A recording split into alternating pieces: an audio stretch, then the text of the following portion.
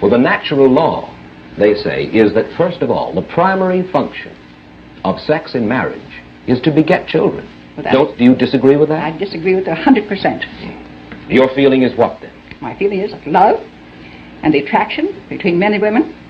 In many cases, the very finest relationship has nothing to do with bearing a child. It's secondary. Many times we know that. You see, your birth rate, you talk to people who have very happy marriages and they're not having babies every year. Yes, I think that's a celibate attitude. Surely. A celibate attitude, but you agree that Catholicism, according to the tenets of Catholicism, they rule that birth control violates not only the Church's position, it isn't the Church's position, but they say that it violates a natural law, as I have just explained. Therefore, birth control is a sin, no matter who practices it. Now, the violation of the natural law, according, you certainly can take no issue with the natural law as the hierarchy of the Catholic Church regards it. Well, I certainly do take issue with it. And I think it's untrue, and I think it's unnatural. Well, let me ask you... Everything bears it out that it's an unnatural attitude to take. And how do they know? I mean, after all, they're celibates. They don't know love. They don't know marriage. They know nothing about bringing up children or any of the marriage problems of life. And yet they speak to people as if they were God.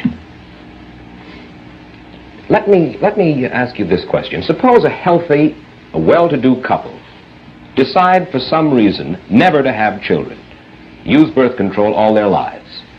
Would you say that your methods are being misused, Mrs. Sanger?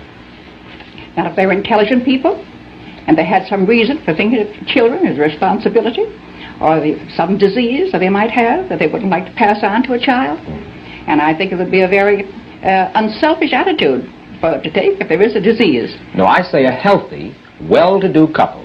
A couple that just doesn't want children, and for that reason they use birth control all the way. Well, do you think that that is a misuse of your methods? I don't think it's a misuse. I think if they're intelligent adults, they must know what they want. They must manage their lives themselves.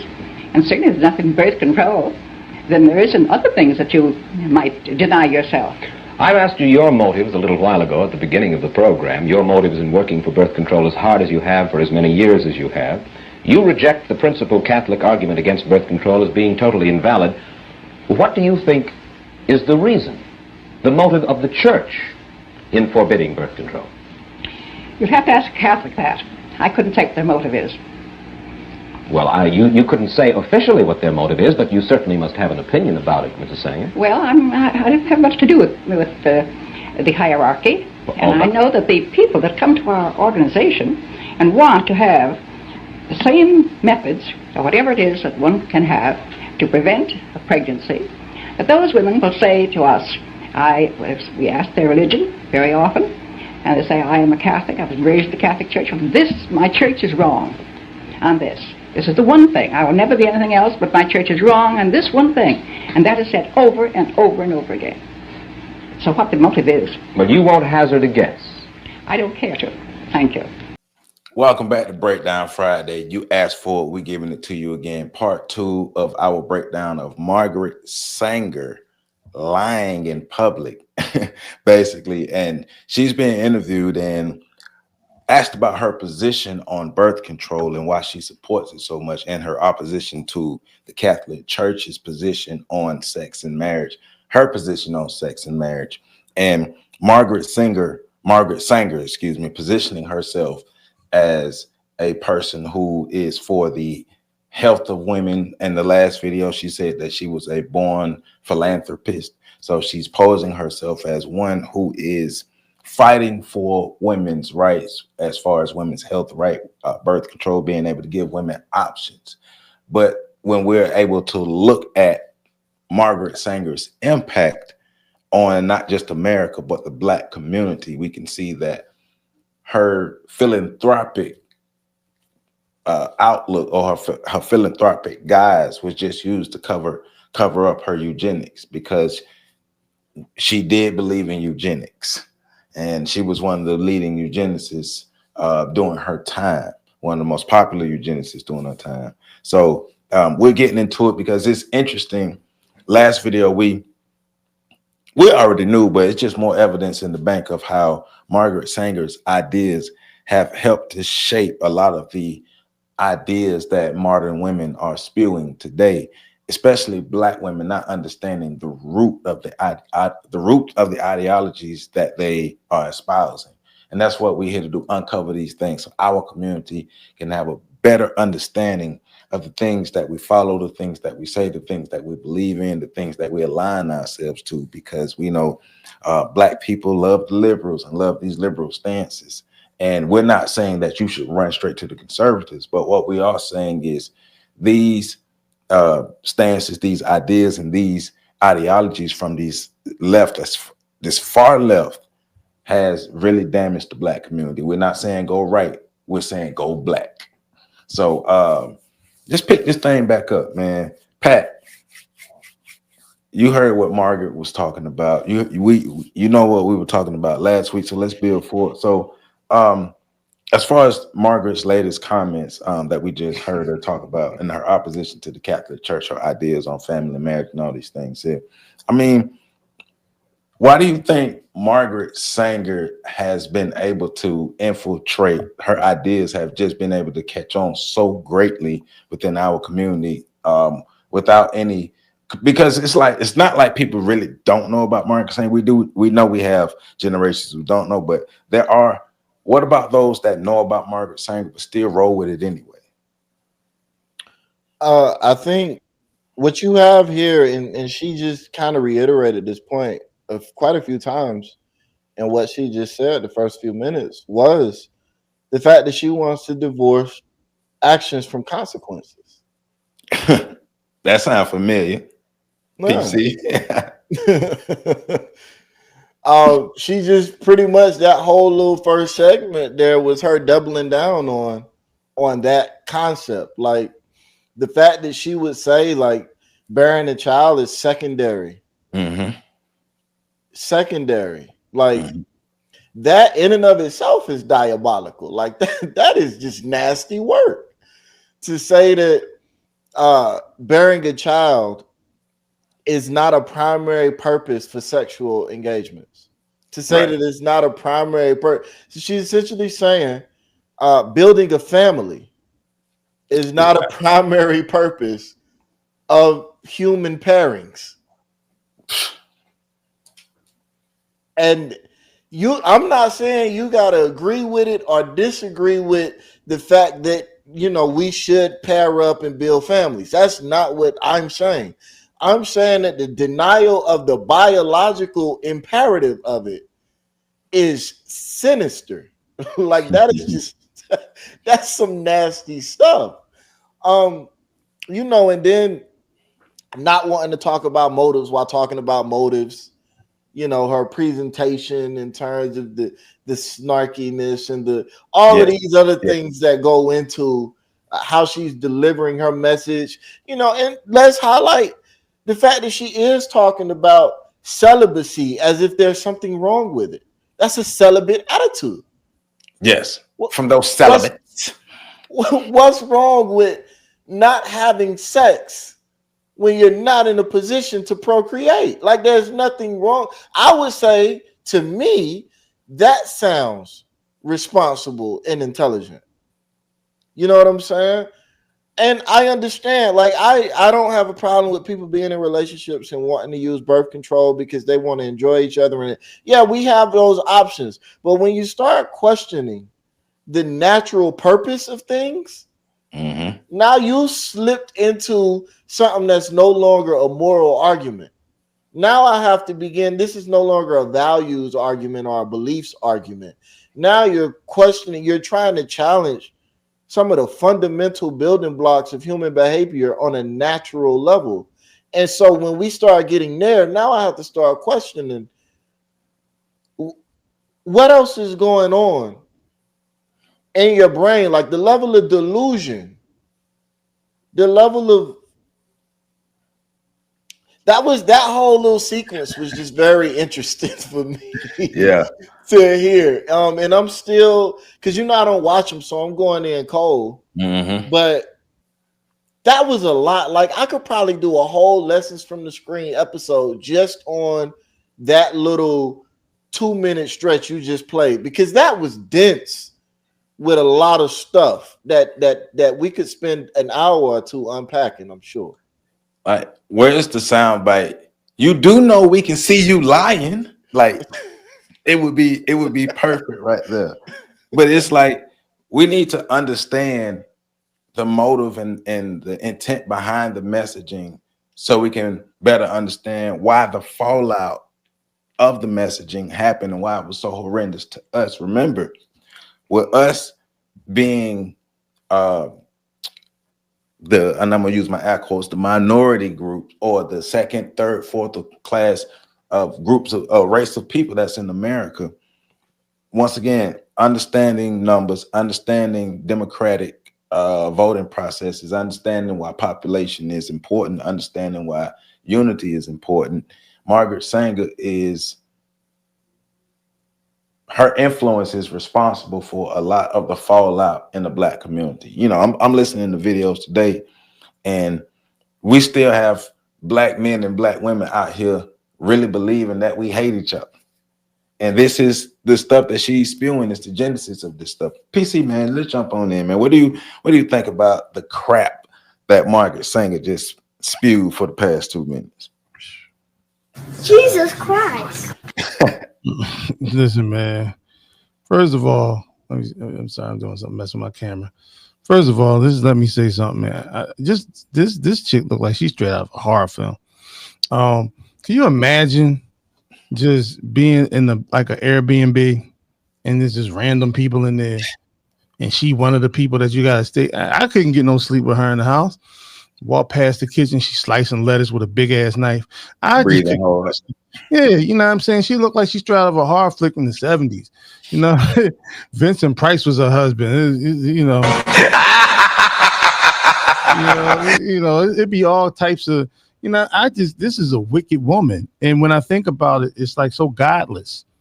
When you think about like the way she's talking, and so it just strikes me as this is like straight out of the book of Aleister Crowley. You know, do as thou wilt be the whole of the law. It's like all the things that it is literally like, this is like Sodom and Gomorrah, what she's describing. And like Pat said, good point. Let's have all the fun. And I've had talks with people who think just like her within the last few years. Have all the fun, be as promiscuous as you want, and deal with none of the consequences that come with it. It was like she even struggled with the fact of a family that was practicing safe sex. You know, like damn it, we got these things out here that y'all can use. So listening to her break this down, it speaks to how do you have a marriage without a family and pride, and not the purpose of getting married is about building family. Forget the fact, okay, let's say you're not in love. Okay. There used to be a time when you had nomads who roamed the world. Okay. It's understandable why you wouldn't have a family during those times, because you always were moving. So you didn't have time. But there's this thing about society where people were called settlers, where they were settling into one place.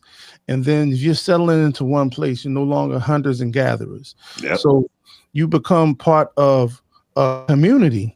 And part of the community is the fact that you're going to need somebody to replace the labor that provides food, shelter, and protection. Those somebodies usually were the children. That's why you used to have families, 8, 9, 10 siblings, because the children were the ones who worked the fields. The children were the ones who went hunting. The children were the one that did the gathering of the vegetables and the fruit. And the children were the ones you passed down a tradition to for the next generation. I think that when you have a thinking like this is the total damnation of society. Because if you're not reproducing, what happens is your society will die. Your society will fall off if you're not reproducing. And I think that this line of thinking goes to like the concept behind books like A Brave New World, right? Just talking about that earlier today with somebody. This notion of depopulation, and we talked about it before. Part of the Eugenics society one of the things they're talking about is eliminating, eliminating groups of people who they consider to be undesirables. We Yep. talked about that last show. Yep. And the majority of the population they consider to be undesirable. Black people just happen to be at the top of the list. You know what I mean? But they plan on, they don't mind collateral damage happening in their backyard. Yep. The way they function and operate. They move and I say they because Margaret Sanger is part of a bigger cabal of people. She just happened to be the face, the spokesperson to carry up the message. But like I talked about before, she had people funding her. Whether it was the Carnegie Mellon Group or the Carnegie Group, and whether it was the Rockefeller Foundation, like we talked about before. I just feel it's cliche to say the Rockefeller Foundation because they're behind a lot of stuff.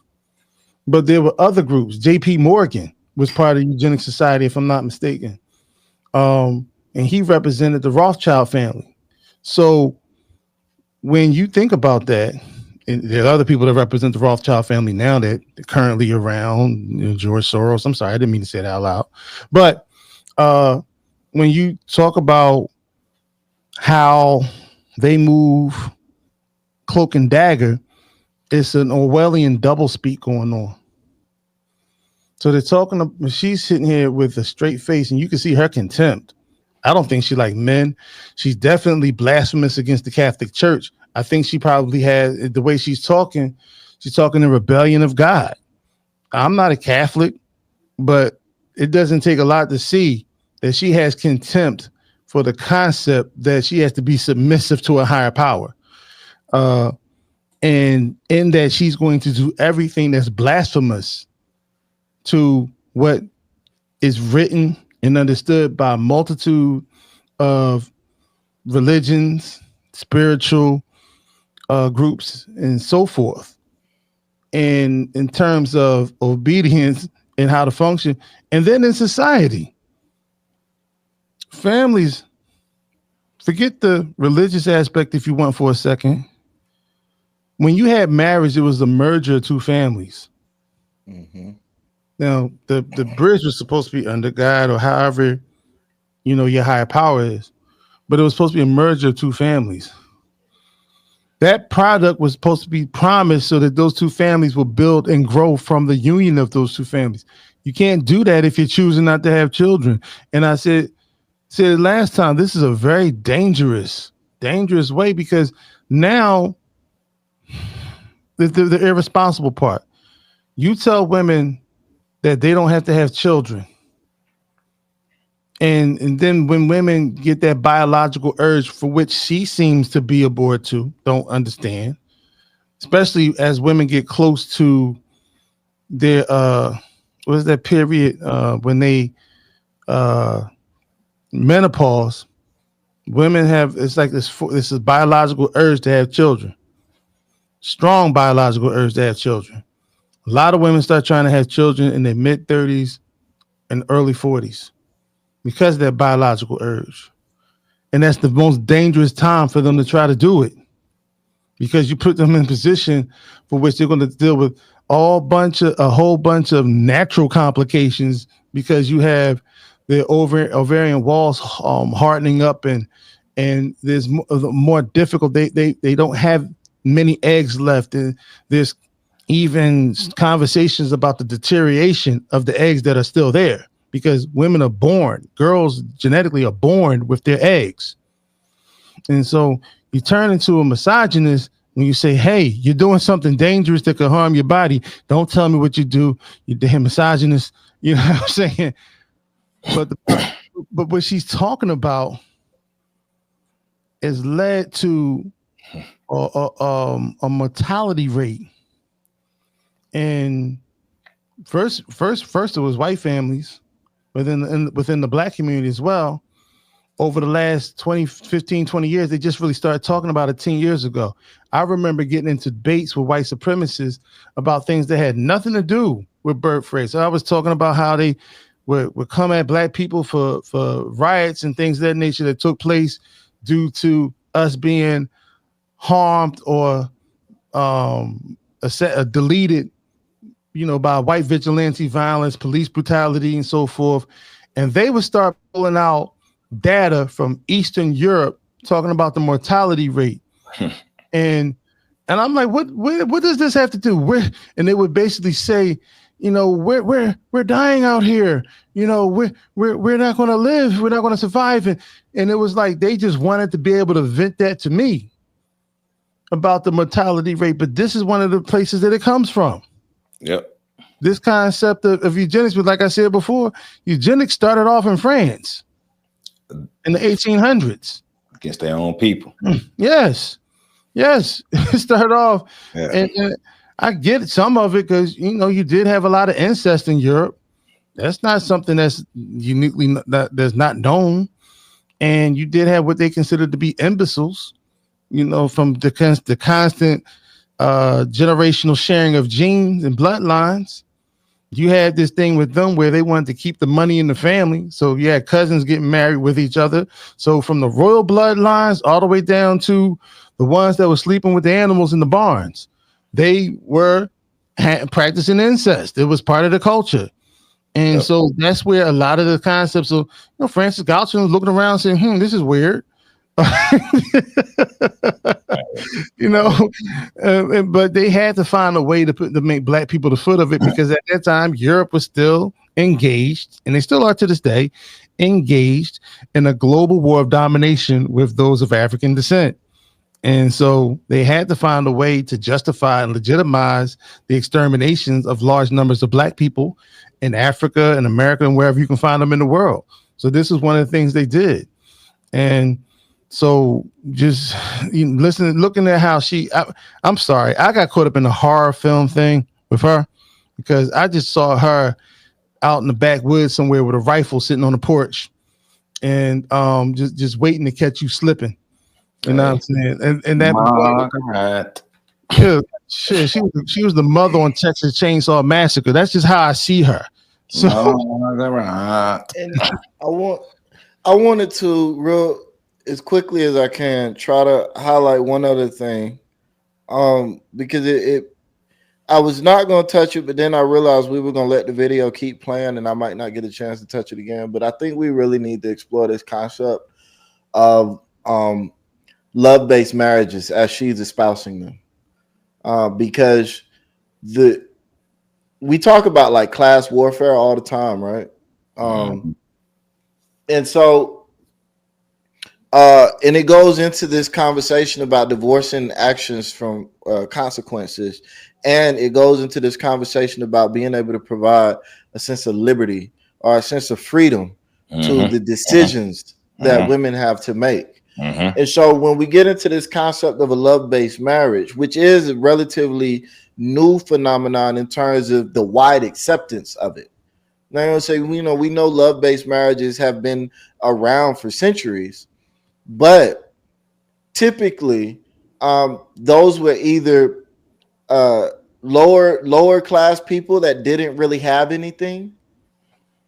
So, there was a freedom there where they could choose, right? Because there was nothing writing on that decision, right?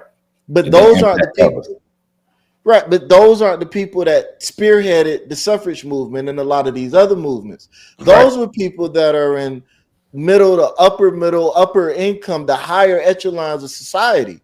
Well, they've never really been able to have love-based marriages because their marriages always came with a sense of consequence to them, because it's not just about you, it's about the family, as PC articulated. And so what you have here is a woman from the upper rings of society saying that I want to be able to maneuver the way broke women maneuver. I want to be able to move, and it goes back to this idea of everybody wants to be the harlot because they see the woman. I'm saying it's a joke, kind of, but at the same time, it's real. Yeah, it's real. You see the woman in the harlot house getting all the attention from men and getting this and getting that, and you want that, but you don't want to do what comes with that. You don't want to do what they had to do to get that. And so it goes back into this idea of trying to have it all, trying to have the best of both worlds. I want to retain my power, my status, my cash, my wealth, my ability to move things in spaces I want to move them into. But I also want the freedom to do that for my own personal self, my own agency. And I don't want the responsibility that comes with having all that power and all of these other things from the family that I was born into. And I think that's one of the more sinister things, is because now you have women in the upper echelons of society telling women in the lower echelons of society that we're all oppressed because I can't do this. Right. Now, it's funny because I wrote down freedom and empowerment, and health, right? Because it's like it's the guys that's being used. Hey, you have sexual freedom. Hey, you have this other type of freedom, financial freedom. You have all these different type of freedoms, and this freedom is empowerment, being able to because she, like we said last video, she is promoting a promiscuity. So it's empowerment and promiscuity.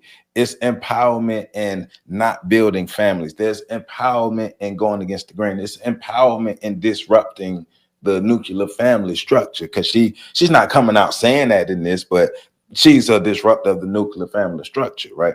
But she's so focused on caliche, right? And I'm sure I'm saying that I'm trying to be funny, but I'm sure she understands the communal and family impact that this would have, the negative impact that it would have long term on groups of people. Now, if she don't, then she needs to stop concentrating on that damn caliche, being able to concentrate on that, because once again, when we look back at our community, we're able to see the negative communal and family impact of these ideologies. Hey, go out and be free. Go out and be empowered. Forget the family, because you don't need family. But once again, if we're among the lower rungs of people, we need families, because we don't have a community. We don't have a Black America is not a nation of people. It's a group of Black people in a nation. So no, that's absolute facts. And that's a good point too, Pat. About wanting to be like the harlot. In other words, it's saying in certain classes in society, it's not proper for a woman to act a certain way, but we want to be hoes.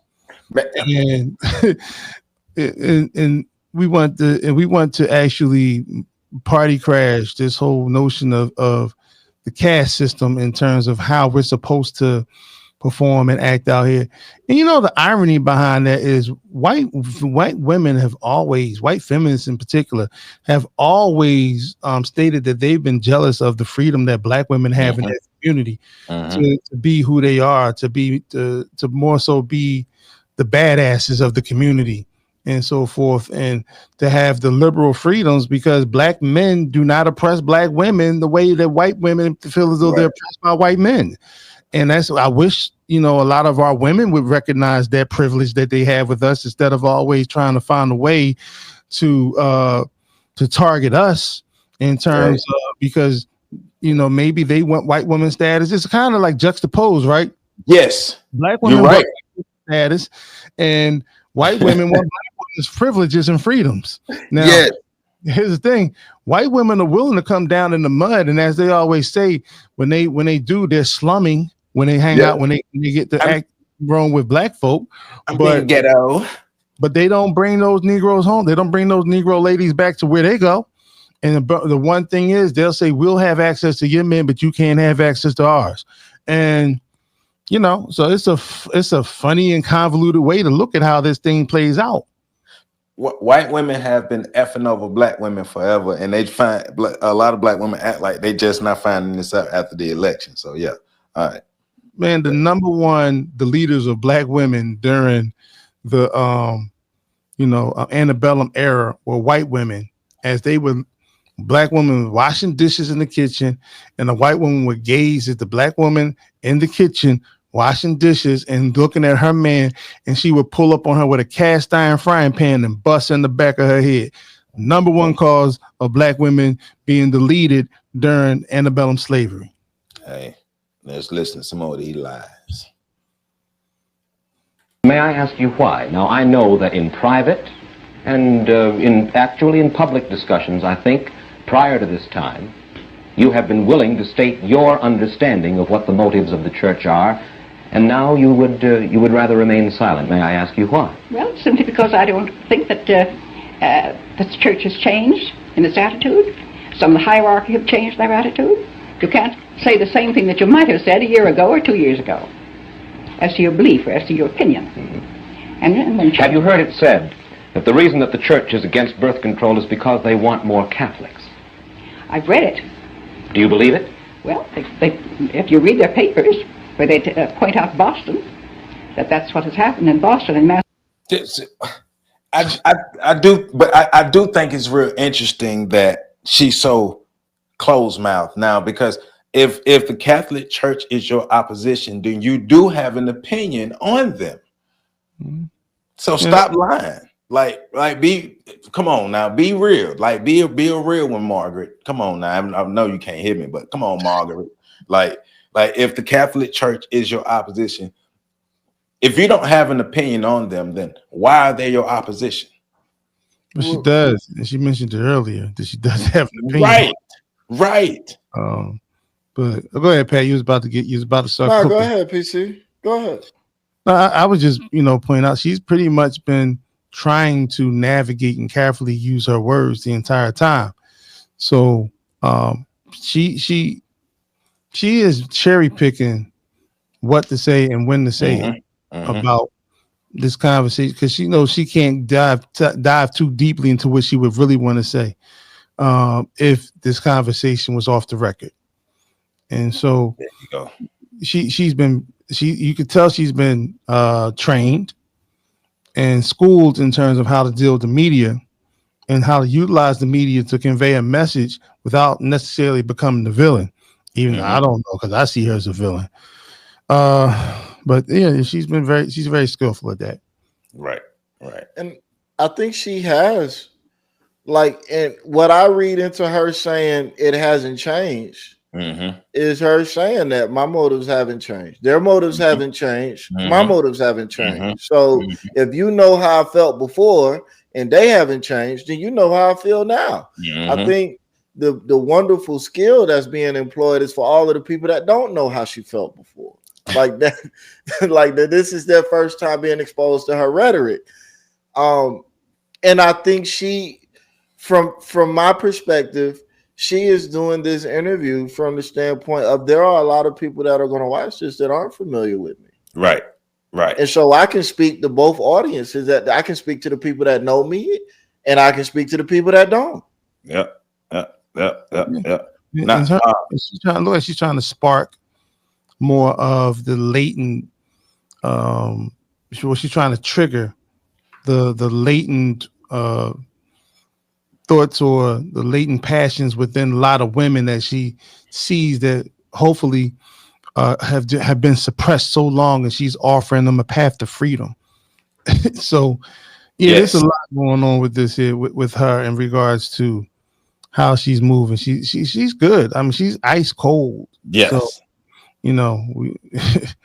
but one other thing too, because I saw some of the comments and I truly appreciate the comments that spoke about the fact that most people didn't know who she was, and the fact that this platform you providing this, Joe, that a lot of people are now finally figuring out. Like sometimes, listen, we know what we're talking about a lot of this stuff. So y'all make sure y'all hit Joe's Cash App up. Joe Ward, Joseph Ward 8841. Man, go make sure thank the brother. Go ahead, bro. Freedom, empowerment, and health is the message that she's spewing, that she's giving. Freedom, empowerment, and health. But like you say, if you look deep into the message, it's also saying, giving the whistleblower, the call to the people who agree with her as far as the eugenics behind the scene. But for the layperson who don't understand, they would join it under the guise of freedom, empowerment, and health for women. So, yeah. Massachusetts, they have simply outbred the Protestants, and they're in Boston, in Massachusetts, they have control. I've read that in their own papers. I see. Of course, the church's answer, and I read now from a pamphlet published by the Redemptorist Fathers in Missouri, says as follows: It says that point of view about wanting more Catholics is nonsense. Quote, the Catholic Church does not command Catholic husbands and wives to have even one child. The Church considers it more than normally meritorious for them to have no children if they mutually and perpetually give up the use of the marriage rite for the love of God. All right. I don't quote what they do. So I think that the question in my mind is that they do and order their own people to do as they wish. But I object to their having the same rules for people who are not of the same religion. Well, they believe, you see, that it is a natural law, not a Catholic law, but a natural law, and therefore a sin not just for Catholics, but a sin for all peoples. And I think that there are other religious groups, the very, very Orthodox Jews feel the same way about birth control. Let's look at another argument against birth control, Mrs. Sanger, published in Red Book magazine in March of 1956. It says birth control is a devastating social force which tends to weaken the moral fiber of the community. Immunity from parenthood encourages promiscuity, particularly when unmarried persons can so easily avail themselves of the devices. Do you doubt that? I doubt it. You do? Certainly. Then let me read from a news story in the Philadelphia Daily News on June 10th, 1942. The story quotes you as urging the Women's Army Auxiliary Corps to give its members, quote, preventive measures against pregnancy, end quote. And you add, quote, abortion and illegitimacy are bound to result if the government doesn't recognize human nature, end quote. In other words, you were not advocating Christian morality, but rather ways for single women to avoid bearing illegitimate children. Where was this taken from? Philadelphia Daily News, June 10, 1942, direct quote from Margaret Sanger. I doubt it. I don't believe I ever made such a remark. Yeah, all right, Margaret. All right. But Plausible deniability. yeah, all right, Margaret. I doubt it. All right, Margaret. All right, whatever. So, but for us, for our community, right? Birth control. I work in sexual health. I work in reproductive well-being realm, whatever words that they use to call it now, I work in that realm. And I'm always screaming at the top of my lungs that birth control or safe sex or preventative sex, especially if you're at a stage where you don't want to have children. Now, there's several things you can do. Now, I'm always promoting, especially people who haven't had sex yet. I'm always promoting them. Hey man, just wait till you either find that special person, y'all get married. Wait, don't just be out there just having sex. Now, if you're out there just having sex, I'm encouraging you to reduce the partners that you have and more so look for something more long-term, right? Because in our community, I don't care about what's happening for anybody else. In our community, the HIV rates are through the roof and the STD rates are through the roof. Right. So we're looking at, once again, the outcomes, the communal and the family impact of these messages of the freedom, the empowerment, and the health. Well, guess what? We have no freedom. We're not empowered, and our health is not optimal. Right. So we're following these ideologies. We're following these middle class white women who have more irons in the pot to help them not take responsibilities or not have the real responsibilities or even be able to cover up their mess ups. But Black community, we're going to suffer. We're going to suffer. Matter of fact, let me read you something that Planned Parenthood put out about Margaret Sanger. It says, opposition claims about Margaret Sanger. Margaret Sanger gained worldwide recognition for the founding of American birth control movement and later Planned Parenthood Federation of America. Her work helped to begin the movement for reproductive rights, the invention of the birth control pill, and brought about the reversal of federal and state Comstock laws that prohibited publication and distribution of information about sex, sexuality, contraception, and human reproduction.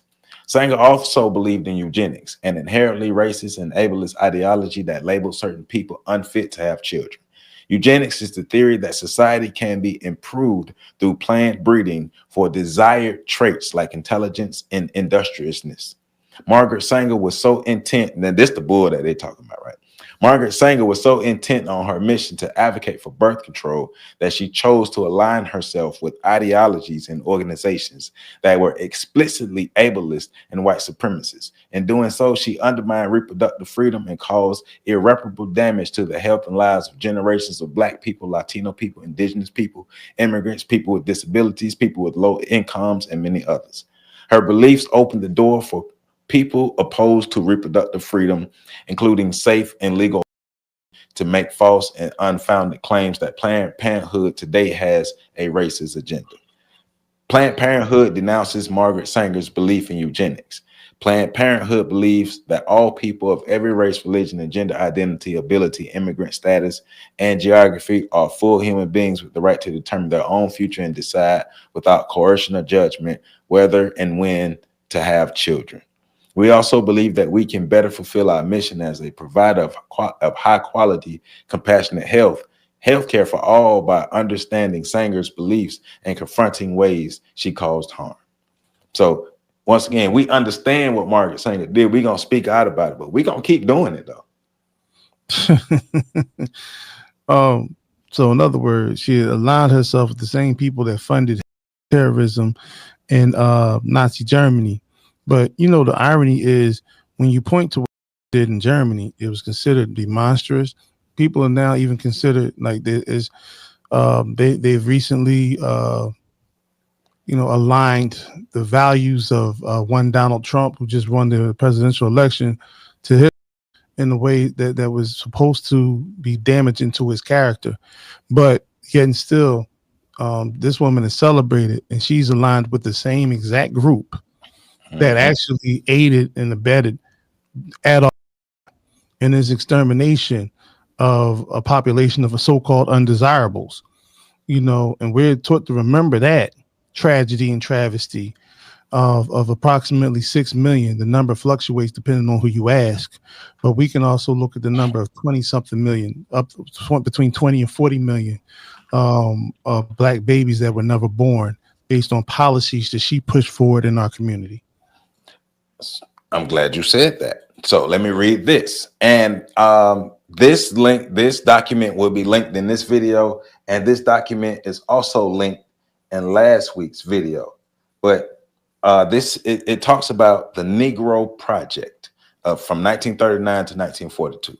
It says Sanger began what was called the Negro Project in 1939, alongside Black leaders like W.E.B. Du Bois, Mary McLeod Bethune, and Reverend Adam Clayton Powell to bring access to birth control to Black communities in the South.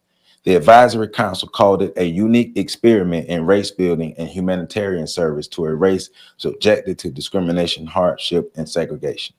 So, yeah.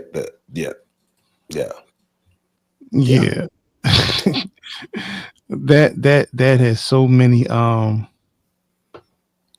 many different forms of convolution when you think about because we want to look at those Black folk as being smart in terms of the way they're revered in Black history.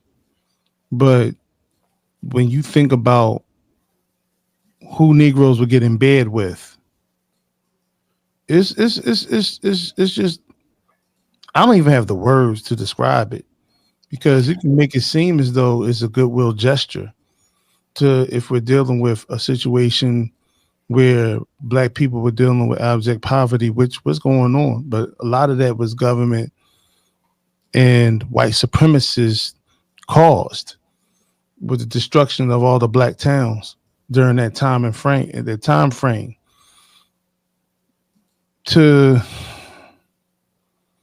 It's utterly disappointing. And I'm trying to be nice here, because I'm not one of those people who think that the Black folk who stood out in the past are beyond reproach in terms of addressing their betrayals of our community in that way. Could it have been seen as a humane gesture to help aid and assist with a rampant culture of poverty, adverse poverty, and reckless reproduction? Possibly. But to see that as a solution without seeking it, other means, and then aligning yourself with your enemies, people who identified as your enemies, people who they knew who she was. It was no secret in terms of who she was and how she got down. So, that just speaks to the fact that even during those times, we had Black leadership that failed to actually lead in the community and actually led to the situations and circumstances that were detrimental in terms of their outcomes. And we still see that today. So the apple still hasn't fallen far from the tree in those who align themselves. And let's be clear about something else too. Black people didn't choose these leaders. I want to be clear about that. Black people were given these leaders. Yep. And lack of being a community that had not yet gotten on its adult feet, operating from a place of, as we always say, what do we call it, Joe? What, talking about pulling us up from our bootstraps? No. A lack of maturity as a community. Oh, that arrested development. Right. Yeah, that arrested development. That idiocracy.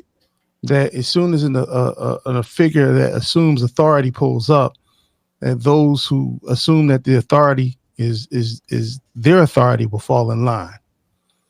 And I'm gonna land my plane there. I think. Go ahead, Joe. Just real quick, I'm trying to look up.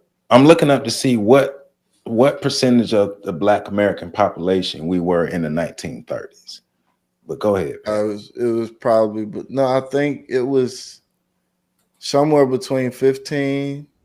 I think it was somewhere around 15. Because I ran across two things that have said like 9%.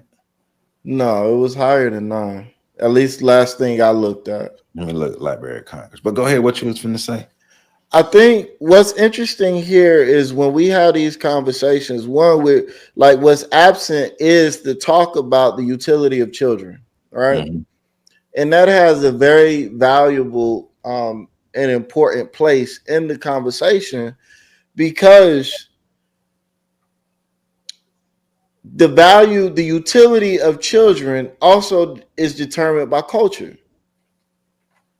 For instance, if we live in an environment where all of the children are expected to engage in land work so that the land can yield enough resources to provide for the family, then children, then having a large number of children becomes beneficial. And the outgrowth of that is a culture centered around large families. So when we're having these conversations about eugenics and about Margaret Sanger's role in culling the Black population by, introducing these organizations and systems that gave people a choice, we're also talking about her ability to shape and manipulate Black culture. And I think that is like that core tenet of the conversation that is lost when we just focus on family planning, because family planning is also cultural shaping. That's cultural engineering. Yes. That's social engineering. Yes. And so that's when we get into these conversations about, well, is it anybody's place to come into a culture or a community and give people an option that wasn't there before without considering the natural outgrowth of those options? And so in those places, that's where I say the Black community and Black leadership failed us tremendously. And they continue to fail us because they continue to work under this belief that options are beneficial by the very nature of their existence. And there is no talk about what happens when somebody selects this option. Again, divorce and consequences from actions. What's the consequence of this new option? What is that? And so even if you wanted to say, well, Margaret Sanger was just giving Black folk the option to have sex without creating children, I would say, who gives her the right to present that option to a community? Right. Like, what gives her that authority? And Right. And like last week's video, she would say, well, I was invited to these communities, but you're right. You talk about that cultural impact, those options, because options for us, right? The reason why I was looking up to see what our the percentage of the population we were in the 1930s, because we're all aware that the population of Black America hasn't really increased probably over the last 100 years. It hasn't really increased like it should have. So the options that Margaret Sanger gave us, when we look at back long term, those options, like we discussed this in the last video, it kept us stagnant, because she talked about being able to keep the population stagnant. Go ahead, PC. And another thing too, as they said, man, Pat, you cooking tonight, man. You know what I'm saying? Whatever's on the menu, I got you. You cooking tonight. Because that brings us to who you're talking about in terms of who's inviting her in. Right. E.B. Du Bois, his philosophy was bringing Black people into this culture and society. That was one of his goals. The whole concept of the talented 10th was to maintain or create a segue of integration into American society for the Negroes who survived the Civil War and during Reconstruction. So for her to align with him, you have to ask yourself, well, how much money did you make?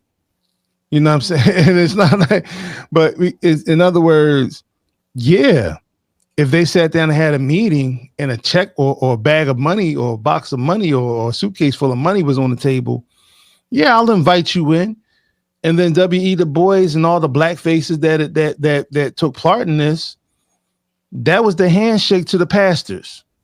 And we know how greedy pastors are, especially if you offer money for their church and congregation. One of the things that deterred me from going to church when I was 13 years old was being outside and watching the deacons and the pastors split up all the money we put on the plate. And I know how hard we worked. I know how hard my family worked to put that money on the plate. So that to see how that our standard of protection and regard, it's just understanding that the concept around being a liberated community didn't even cross the minds of the Negroes who were placed in front of our community. The crumbs, they wanted like you said, they wanted the crumbs off the table. Going back to what Frantz Fanon was talking about in The Wretched of the Earth, and one of the chapters about how the elite class, the bourgeoisie, how they want the crumbs. I mean, we just saw it with this past election, with all the information coming out, all the Democratic shills and people who were going hard for the Democratic Party, finding out they got paid off. The options that they were presenting us that we didn't ask for, they were presenting to us because it benefited them, just like her and the Black people that she was dealing with. It benefited them. But there's another aspect to it too, because like what you said, I just recently saw a video of an interview with Maya Angelou, and she was talking about how there was a brother that told her that the greatest enemy of the Black grassroots would be the bourgeois class. So if you're looking for an ally to help Black people liberate themselves and move forward into Black empowerment, don't look for somebody in the boule class, because they'll sabotage you. You need to go find a street thug, because if a street thug knows that they're coming for you, they'll know that basically you have the same enemy. And the street thug will actually be more loyal to you because they understand your opposition. But the reporter flipped the conversation on her, because then the person that was interviewing her said, well, wouldn't you be considered the bourgeoisie? And Maya Angelou was stuck, because she was like, well, yeah. Well, I got the money, but does that make me bourgeoisie? And the reporter was like, I believe that does make you bourgeoisie. Well, you got the class and the connections and everything else. So yeah, It's definitely bourgeoisie. yeah. Who never married a black man, but we won't. I digress. But in regards to the enemies of our community, they knew who to. Yeah. The Negro Project should have been called the because they know how to make niggas who were able to sabotage the rest of their community, become part of the Multisa tribe. Yep. Multisa, you know that. So yeah, from Glory. But yeah, that's some wild turkey. Yeah, man. I think one other thing that I would like to point out here, though, is that all of the options she's presenting are recasting children in the light of being burdens. Right. And that is something that has carried forward to today, where children are largely seen, especially in the black community, as a burden, as a hindrance, an obstacle. How many people do you see actually proud to have children in terms of like feeling like now their life has a purpose? You know, I see so many people now, they find out that a child is coming and they start grieving the life they could have had. It's a hardship. Yeah, like, and then it transitions into how we raise these children as well, because when the children were seen as having value and utility for the family, those children were raised and brought up with a purpose. Like, your purpose is your family, your purpose. So the kids at an early age were given a level of independence because they needed to have it, because the family needed them to be mature and independent, at least to an extent. Whereas nowadays, kids are pretty much locked in the house in front of the TV with the video game, and all the parents is doing is complaining about how they got to spend extra money on food, extra money on the light bill, extra money on it. Like, there's no real. And so I think all of that comes from this conversation that she's spearheading that says that children are a burden. Yeah. And I don't like that. It's like her main options are either birth control or the baby deletion. And like because when you talk about family, because that's a good point you made about family planning, who's planning the family. But when we're talking about family planning, we're not planning the families from an African-centered point of view, but we're not planning families. We're not even doing the family planning from that. But it's the mindset that a lot of the young people have today, especially the young black girls who were impacted. Do y'all remember me telling you all about how I've been debating young college girls on how they're dressing, and also wanting to have babies without the fathers in their lives, right? Because we're talking about some of the fallouts. But another aspect is, okay, young black girls, young black people, period, not just the young black girls, young black people or black people, period, we're just out here just having sex all willy-nilly. And the consequences are not in our favor. Nobody cares about the consequences, Joe. But that's the problem. And that's the problem, because it's freedom, empowerment, and health. Nope. It gets to that point, and then when it gets to that point you're talking about is help me, Obi-Wan Kenobi. You're my only hope. Hey. And nobody, you can't tell or force people to be responsible or accountable in society until they're all out of options, until they pass the point of no return. And that's what this teaches. She's not talking about the consequences of any of these things. Exactly. She's not talking about Caliche. Well, you know, and women don't see the danger in this freelance type of thinking that they do. And it's natural, because women aren't seen as the protectors in the community. I liken it to when you go to like a club or something, your lady talks you into going to a club, because I don't know any men that just openly want to go to the damn club with a woman. I just, some of y'all do, y'all out there, but I don't know you. Not with your, especially not with your woman. Right. Yeah, I don't know you. So we went to the club. She goes in first. We let her open the door. She goes in first. And her eyes are glazed at the environment. You know, she's excited. She sees all the people with nice outfits on. She's, you know, the vibe is, she's worried about the vibe more than anything else. Okay, it's popping. She starts dancing before she gets through the door. The whole notion of, you know, where we are and this, that, and the other. She's looking at the bar and she's thinking about what kind of drink she wants. Hey, babe, thanks for bringing me out and all this other. And the man is typically, you know, especially if he's solid, yeah, he's a little more subdued. Yeah, babe, it's nice in here. But what he's doing is he's surveying the environment. He's looking around to count all. He's looking at all four corners, all four walls in the environment. Okay, we got like 3 doors to get in and out. Cool. Also means somebody. Okay, we got bouncers on this door, but nobody watching the back door. Okay, so okay, we got some shady cats in the corner. All right, they're looking at it. Definitely see us coming in. But you know, all right, I got my eye on them. And the whole time we sitting there drinking, she's getting sloppy drunk. Meanwhile, he might be babysitting the drink all night.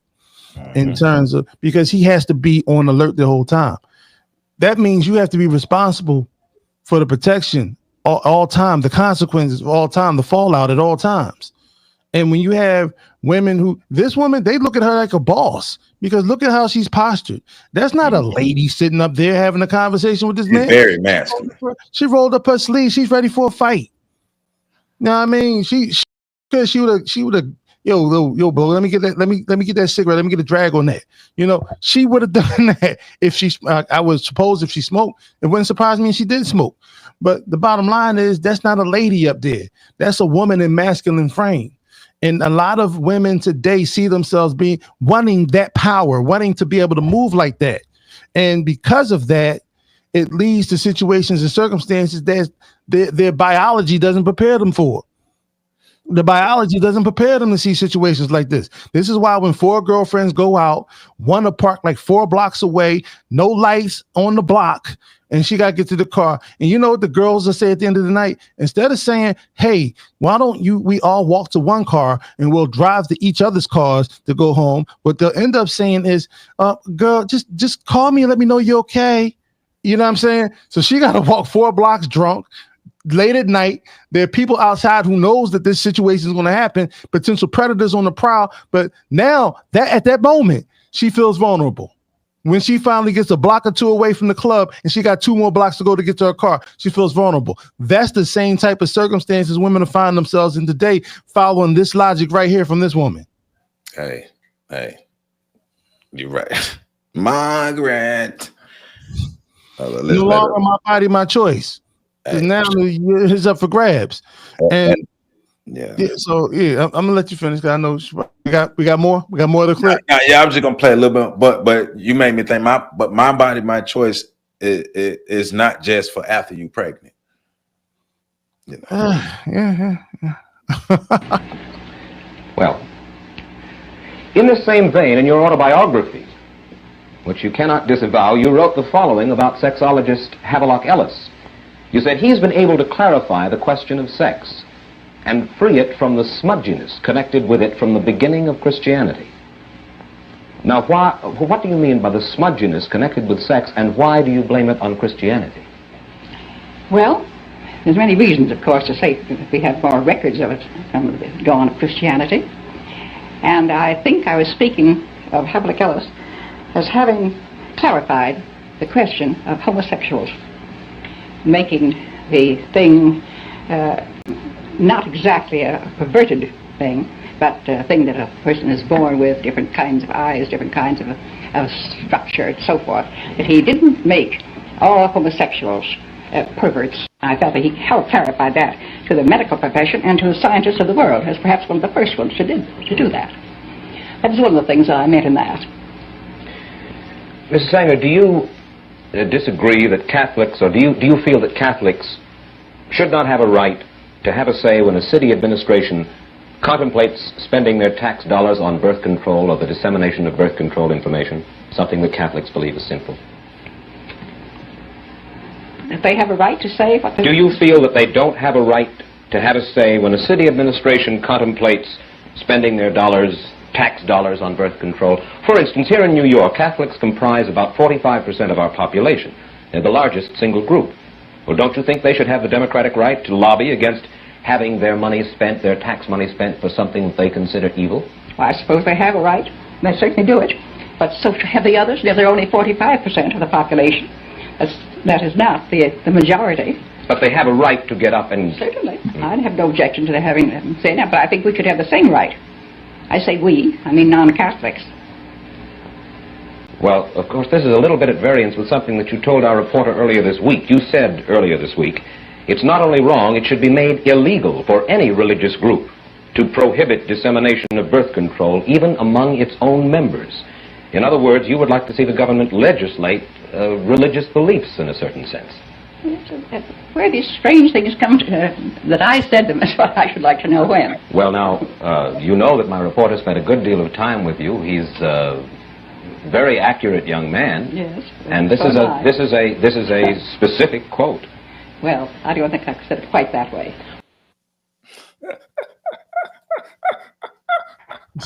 Hey, man. But a part of this, you know, that last piece wrapping up, a part of it you can see is like the Nazis versus the Catholics. They button heads. But for us, it's looking at the promotion of just sexual freeness. I will use that term of just go out and just be free. Just have sex with whoever you want to have sex with, because you know, don't worry about the consequences. And if something does happen, if you do have an unplanned pregnancy, well, we do have an option, or we give you this birth control pill and you just go out and have this type of just have free sex. Now, I would come once again, in the Black community, we have the highest STD rates, right? Consequently, or unfortunately rather, Black men who have sex with men have the highest rates of STDs, or HIV rather, within the nation, right? And we're talking about a group of men who are influenced by women and the ideologies that come with women, right? But we're talking about that harlot, because as stated earlier, everybody wants to be the harlot. Everybody wants to be the harlot. They want to move like the harlot. The freedom of the harlot, or the perceived freedom of the harlot, right? But what are the consequences of that? Like, sex should not, I don't think sex should be like confined, and sex shouldn't be like something that, you know, we put a negative label over. But I think there's a balance. You can't just be all willy-nilly having sex, or you can't be all conservative, but there's a balance in that. But we have to look at what that balance looks like for us in our community, and not let outside people, i.e. white women, define what sexuality is and what that balance in that sexuality is for us as Black people. Because once again, we can see from the evidence that we have that the Black community, Black women, Black people listening to white women has led to a lot of our disparities. They convince Black women to leave their husbands. They convince Black women to just go out there and pop that thing and throw it around. Where's the white WAP song?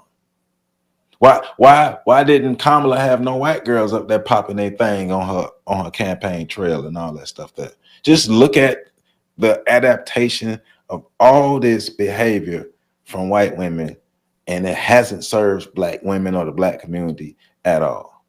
Thank you, Margaret Sanger. Well, how come during this last presidential run, how come they didn't take this conversation to Harvard, Yale? How come they didn't take it to Princeton? How come they didn't take this conversation to Stanford? How come they didn't take it to USC, UCLA? How come they didn't take it to, Alabama, Nebraska, University of Chicago, University of Pennsylvania? They didn't take those conversations to any of those other places. They went straight on an HBCU tour.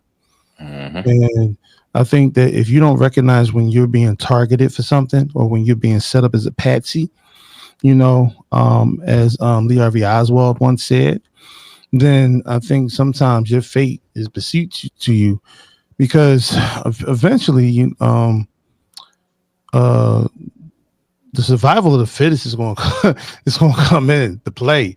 And if you're dumb enough to keep aligning yourself with those who are trying to seal your fate, eventually your fate will be sealed, and you will be complicit in that. And so people's feelings get hurt when you tell them the truth, because when it goes against something that they practice religiously, and especially when people convince themselves of a lie. Less than 1% of the female population in America has needed to utilize child deletions as a life-saving procedure. Mm-hmm. The majority is ironic that as soon as the election was over, the majority of women were talking about going to get IUDs, day after pills, and trying to find creative ways of birth control and to utilize now, and also talked about being less promiscuous. It's just amazing how all that, in lieu of the whole concept of, allegedly black men being the scapegoats for not champion the child protective, the rights of a woman's reproductive choices. So, which is a lie, because we've been championing it from the beginning. We just champion it on the prevention side, on the before side. But have either of you heard about the reports of the baby deletion trucks that would be outside of the DNC rallies or some of those conventions that they had? I heard about it. I saw some. I work at a college, so I never stayed outside long enough, but there were a lot of trucks. There were a lot of trucks and a lot of buses out there, and there was I don't know if I've seen it or but I'm not surprised if that was the case.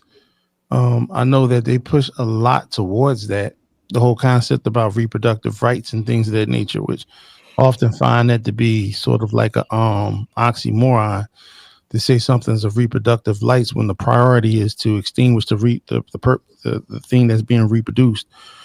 But it's neither here nor there. People are going to fall on their sword, and people are going to die on their hill, no matter what. And it's to the point where it's like certain arguments don't even need to be had anymore. If the truth is in front of you and you choose not to believe it, there's nothing else that needs to be said. I don't know what to tell you. I mean, there's no need for no long soliloquy or whatever at the end of this. Just remember, your oppressors, your enemies will never give you anything that will actually empower you and make you stronger than what they want you to be. And if you don't believe that, keep living. You'll find out the hard way. FetLifeStation.com. Y'all make sure y'all check it out. Going over there right now. ThePax.org. OnTheShoulders1.com. These are our websites where you can catch us. Of course, the information is in the description. There's a link to the Planned Parenthood document that I read, and there's also be a link to the original video of this interview, because there's a lot more, but I want to make sure we get this whole piece in with these two videos. So we appreciate you all tuning in. We appreciate the support. Y'all make sure y'all support PC. Y'all make sure y'all support Pat. And we're going to keep doing what we're doing, man. We love y'all, and make sure y'all catch the next video coming up.